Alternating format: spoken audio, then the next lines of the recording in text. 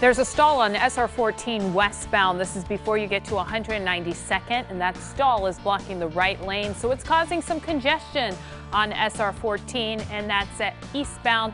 As you approach I-205, you'll see the slowing start to begin there for that SR14 stall. So again, eastbound, not westbound. So we're taking a look at 99W at Corral Creek Road, where we've got a crash that's blocking right now. We're seeing a big westbound delay here and some eastbound slowing. That's out near Newburgh. You can see that 26 is heavy inbound, 13 minutes from 217 to I-405. There's a westbound backup that starts around the zoo and doesn't pick up until after Sylvan. 33 minutes on I-5 southbound to Wilsonville. On I-84, it's 9 minutes to I-205 in the eastbound direction, and 30 minutes on I-5 northbound from the Markham Bridge up to the Interstate Bridge. Watch tomorrow morning at 5 a.m. so I can keep you updated on your morning commute. Thanks, Carly. Hundreds of some of the most imaginative Lego designs and built-out Lego structures are on display this weekend at the Oregon Convention Center. It's the 9th annual Bricks Cascade Lego Convention. And the builders spent this morning moving into the 600,000 feet of exhibit space at the Convention Center. It's a 4-day Lego Builders Show and 2-day public expo. It has turned into one of the best Lego design shows in the country, with builders from the Northwest and beyond. It's an opportunity for members of the Lego community to bring their creations, play some games, listen to presentations, and basically trade ideas and share their creativity and inspire each other. And then the 2-day public expo is an opportunity to share all of that with the public. There's a creation station at the expo where kids and adults can build their own Lego creations. The show opens to the public Saturday and Sunday, and some amazing things those guys come up with. Pretty incredible. Let's go to sports now. Adam's here. Beavers took round 1, if you remember. Now we'll see who wins round 2 of the Civil War Round tonight. 2 of the Civil War tonight. Those looking to snap a little 2-game losing streak right now. So things are interesting in this Civil War. Yes, not only are the Ducks seeking a little revenge, they're also looking to snap a 3-game losing streak to Oregon State. AJ McCord, she's live down in Eugene. She's got more. AJ, despite the Ducks having more postseason success, the Beavs have pretty much dominated the Civil War the last few seasons, right? They have. The Beavers have won 4 of the last 5 against Oregon, but the Ducks are difficult to defeat here at home. They haven't lost at home since January 24th of last year. So more than a year at home, they have been undefeated. In round 1, the Beavers absolutely punished the Ducks inside. Kyler Kelly and Trey Stinkle had their way in the paint, but tonight Oregon going to have 2 rim protectors they did not have during round 1, Francis Okoro and N'Faly Dante. Dante hasn't played since Oregon beat Washington overtime in mid-January. Now in Corvallis, the Beavers out-rebounded the Ducks. They scored more points in the paint. They had more points off of turnovers. And senior guard Peyton Pritchard says tonight the focus for Oregon is winning, especially those defensive categories. For us, it's just more about guys going in there and trying to get rebounds and defend, and that should be the main objective when they're going into the game. It's not about scoring. That's not our problem. Our problem is rebounding and defending. So every guy, including myself, should go in there thinking that. Of course, Pritchard from West Lynn, and this is going to be his last chance to beat the Beavers. So he knows how much this rivalry means within the state of Oregon. And in case that wasn't incentive enough, up to this point, Oregon football, Oregon women's basketball, and Oregon's men's basketball have not lost at home this season. So certainly the Ducks trying to keep that trend alive tonight, taking on the Beavers. It's an 8 o'clock tip-off here in Eugene. Adam will have live post-game coverage for you on KOIN 6 News at 10 and 11. But for now, from Eugene, I'll send it back to you. Going to be a late one tonight. All right, AJ, thank you very much. On the pro level, the Blazers just underway out in Indianapolis.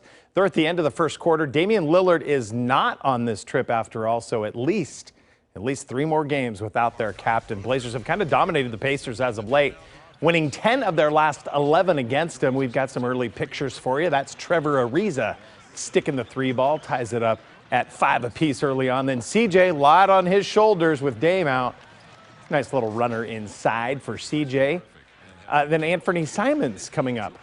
Little pull-up jumper for the second-year guard. Right now, Blazers down 30-24 after 1. Okay, time to get you up to speed on the happenings right next door out in Indianapolis. Day 1 of the NFL Scouting Combine. Quarterbacks, receivers, and tight ends going today. That means we got to check in on this guy, Justin Herbert. The only quarterback to run a faster 40 today than Herbert was Jalen Hurts. So, yeah, Herbert checked in with a time of 4.68. That was great to see. In that first group of QBs, Herbert had the highest vertical jump as well. Checked in with 35.5-inch jump. Herbert, he's 6'6". He's the tallest quarterback at the Combine, and he also impressed on many of his deep throws today. So a great day for Justin Herbert. Tua and Joe Burrow not throwing today, so Herbert kind of the highest profile guy on the board. The first Beaver to get drafted will likely be Isaiah Hodgins, the wide receiver. He's out there today like everyone looking to improve his draft stock. Hodgins showing off his great soft hands, which of course the scouts just love. His 40 time didn't really wow anyone, but we also didn't expect that much in that department. Hodgins ran an unofficial 4.61. It's a very deep receiver class, as you know.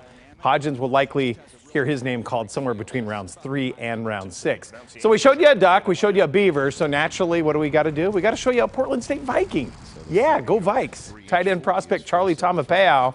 He's getting that sleeper label. He ran a 4.75, nothing too special, but in the 3-cone drill, Tomapeo ran an even 7. That was second best among all tight ends. He also had a 36.5-inch vertical, tied for second best. He could be a late round steal for some team. Okay, the Timbers, they're ready to roll. Yes, indeed. Just 3 days away from the beginning of a very long MLS season and it officially getting underway. 4:30 on Sunday afternoon, they're going to kick things off against Minnesota. The team was out there in Beaverton training today and trying to fine-tune their game plan for the Loons, a team, of course, they just faced in the preseason 8 days ago. Diego Valeri, he's no stranger to season openers, and he knows how important it is to get off to a good start in 2020. Of course, it's always important. It's a long season, but besides that, as soon as we get good positions on the table, it's obviously better to achieve our goal, which is make the playoff and compete for a trophy. Okay, first round of the Honda Classic down in Florida. A couple of ducks in the field. This is Aaron Wise on the par 3 fourth. He was already struggling at +4, but shots like this are going to help. Look at this. When it lands, nearly aces it. That close. Another duck, Wyndham Clark, just 2 off the lead at 2 under. Tom Lewis and Harris English had the lead at 4 under, thanks to shots like that. That's pretty good. I can't play golf like that. I can, but only when I get lucky. Well, we sure had great golfing weather today. Yeah. I mean, this was spring weather today. Funny to think you can go golfing at the end of February. Right. I just put out on Facebook, it was, you know, how you get those, oh, last year this happened. Yeah. Last year I was recording snow right snow. out here. Yeah, yeah, it was snowing here. Yeah. I think I remember shoveling my driveway. Okay, very nice. Yeah. You won't have to do Quite that. the difference. That's not happening tomorrow or the next day, but mountain snow, we're welcoming that. Until we talk about snow, though, let's quickly touch on the Timbers match on Sunday. 4:30, we're expecting, we might have some lingering showers at that point. Your temperature will be right around 49. By 7 o'clock, though, we should be drying out. So if you're going to be out there, 46 degrees. By the end of the match. Over to KALAMA right now. It's 61. Nice view, unlimited visibility, not a cloud in the sky here. But at the coast, it looks a little different for us. Now, if you're planning on going to the coast this weekend, we have a few things you need to pay attention to. Until then, how about your hourly planner for tomorrow? Because there's another opportunity tomorrow to really take in some sunshine before it goes away for a few days. We're looking at partly cloudy skies for your 8 o'clock hour. This is all in Portland. Low 40s for you between about 8 and 9 o'clock. 10 o'clock, we're in the mid 40s. And right around your lunch hour, partly cloudy skies still. The temperature of about 51. And then after that point, the clouds start rolling in, and then we're looking for our next chance for some rain here in the valley. It's all about mountain snow, though.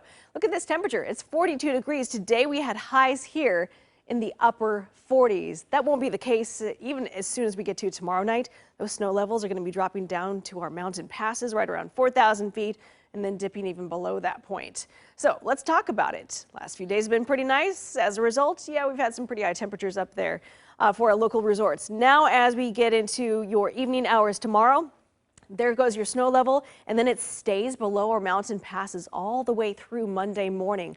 So that means if you're heading over to the coast and you plan on crossing over the coast range, you're likely to be running into snow at that point. Best chance to really see that, though, is going to be on Saturday. Sunday's a day where we have some moisture left over, but not a ton happening. So in terms of impacts on the road, that's really going to be Saturday. Oh, plus we're also talking about the chance for thunderstorms too on Saturday. But before we get to that point, let's talk about how much snow we could possibly see going from late Friday night all the way through Monday night. And places like Government Camp right there at 4,000 feet, we could be seeing anywhere from about 6 to as much as 8 inches over a 3-day period. Mountain resorts, something closer to about 8 or maybe even 12 inches of snow. You can see how everything spreads out, though, out towards the east. Let's say you're going to Anthony Lakes. We're not expecting much for accumulations, maybe up to 3 to 4 inches, or even down to Bachelor, something closer to about 6 to 8 inches of snow expected. So let's talk about timing. Tomorrow, again, as I mentioned before, get out before your lunch hour. By the afternoon, we start to see some of that rain spill over. This continues through Saturday. A chance of thunderstorms also Saturday, especially at the coast. Sunday, we start to dry out by late afternoon, early evening. Another round comes through Monday, Tuesday, and again on Wednesday. So a few more opportunities to see some rain and snow as we roll into the beginning of March. Daytime highs will also be noticeably cooler. We'll have some upper 40s to low 50s next week. Okay, and what a